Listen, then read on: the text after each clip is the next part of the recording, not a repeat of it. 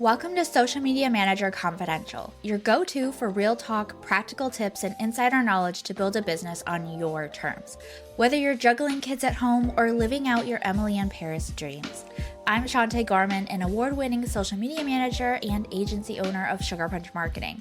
I created this podcast to recognize the real hard work behind social media management and to give you the strategies, perspective, and conversations you won't hear anywhere else. So grab your drink of choice, get comfy, and let's chat. Hey, it's Shanté, and today we're talking about how to explain social media expectations to clients without feeling awkward. Whenever I mention or post on Instagram that social media managers aren't responsible for sales, comments flood in, all from social media managers saying things like, send this to my client, or how do I send this to my client without sending it? And I get it, but the reality is it's your job to communicate these expectations.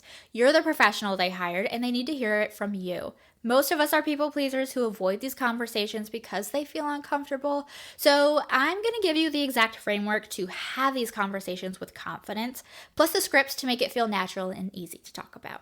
Most client expectation issues aren't because your clients are terrible people trying to take advantage of you.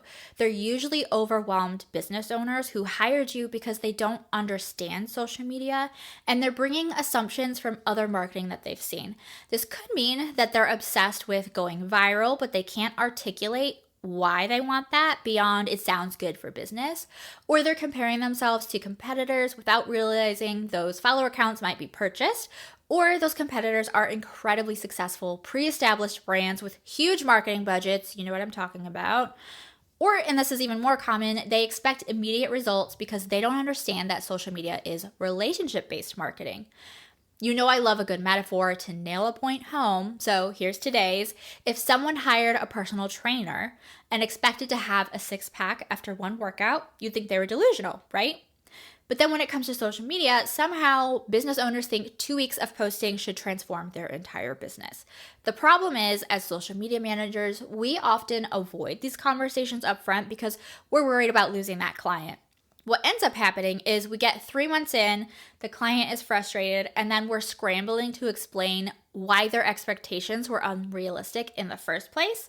And this situation is 100% preventable. So this is how I handle expectation setting, and this starts way before they even become a client. I have a pre-screening question method that happens during the discovery call. You're not just selling on these, you're qualifying. I ask them questions like, why are you looking for help and what are your goals with social media marketing? Their answers tell me everything. When they say, I want to go viral, or my competitor has 50,000 followers and I only have 500, I know exactly what education needs to happen. The key here is asking follow-up questions that help them think deeper. When you say you want to go viral, what do you think that would do for your business specifically? Most of the time, they'll pause and realize they haven't really thought that through. It's just what they've heard. So there's a reality bridge technique you can use, and this is where you connect their goals to what actually drives business results. So when someone says they want 10,000 followers, you could say something like, it sounds like you're wanting to prioritize audience growth. What I've seen work better for businesses like yours is having 100 engaged followers, for example, who actually book calls with you, versus having 10,000 random followers who just scroll past or don't even see your content. We can focus on targeted growth, but if you're wanting more conversions, we also need to focus on a few other things. You're not shutting down their goals here, you're redirecting them towards something that will actually serve them. And this is probably the most important expectation to set. I explain that social media has a 3 to 6 month runway. You need to give at least 90 days to start seeing meaningful momentum and 6 months to really evaluate if the strategy is working. The breakdown looks like this. So the first month, we're establishing your brand voice and getting content flowing. Month 2, we're optimizing based on what's working. Month 3 is when you start seeing consistent engagement and people begin recognizing your brand.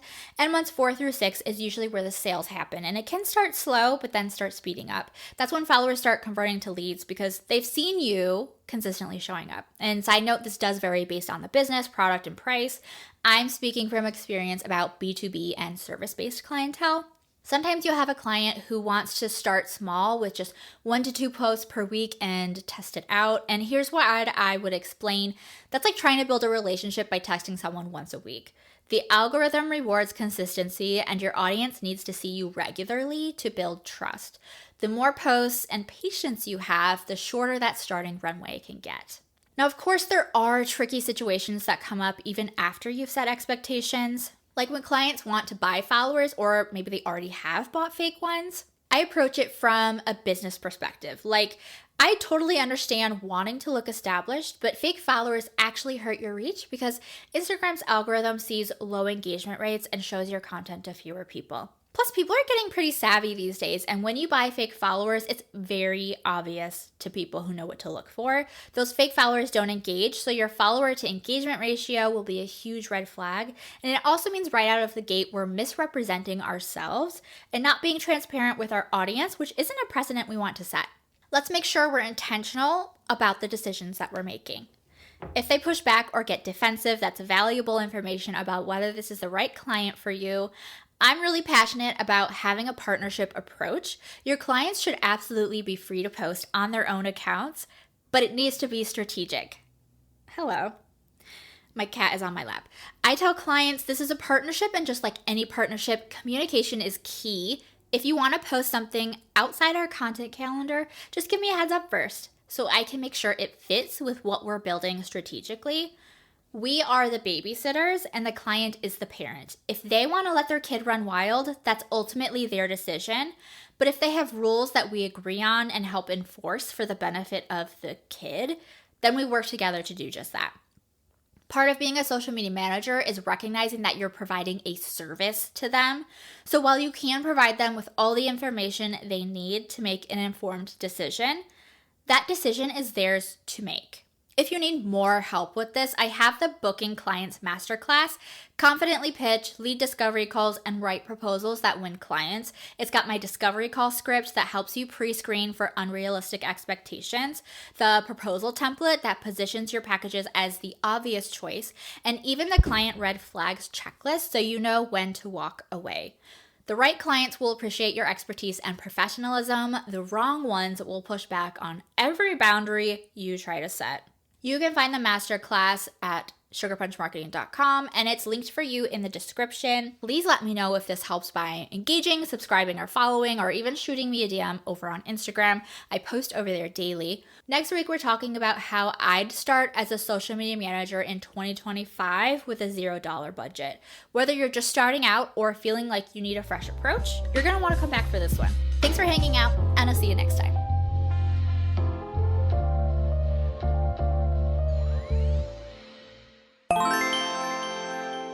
Real quick, I just turned my free community into something you need to see. It's called The Back Office, and it's basically 7 years of my best stuff that I've never organized like this before.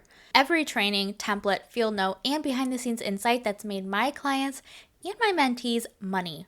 All in one place, organized by topic, for you, for free. Go to sugarpunchmarketing.com right now and get ready to take all the notes.